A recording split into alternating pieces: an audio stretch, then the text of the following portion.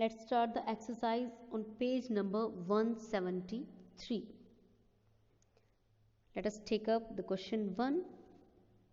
A freely suspended magnet always rests pointing to the north-south direction, and this property is called.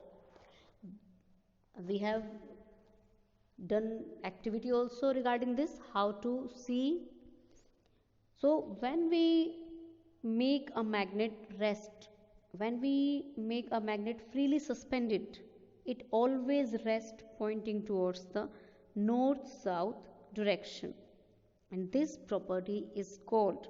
When we are talking about directions, it is giving us north-south direction, so this property is called directive property. Which property? Directive property. Question number 2. Like poles of a magnet dash each other. I told you that magnets, they always have two poles. The poles, they are always in pair, north pole and south pole, and opposite attract each other, same repel each other. Repel means to go away, repulsion, to go away from something. So the same, they will repel each other, same type of pole, it will go away from each other, and opposite pole, it will attract.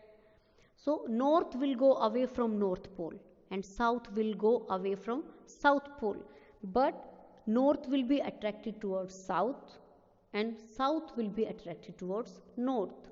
So like means same poles.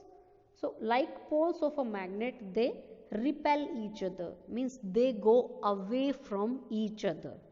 So here the answer will be part 1, that is repel. Next question. Which of the following is attracted towards a magnet?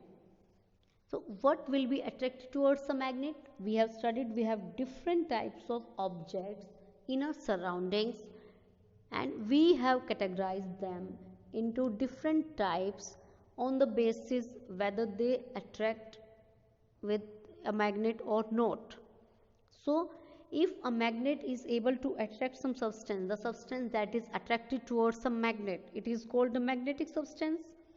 And if a substance is not being attracted towards a magnet, that is called as non-magnetic substance.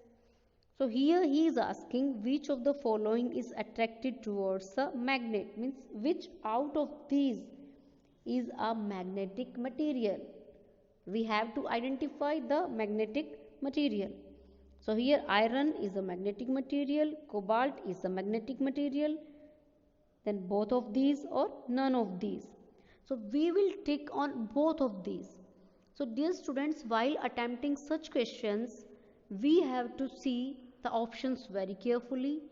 Here in this question, I know that both A and B are correct, but I can't tick them because I have been given one option, that is both of these.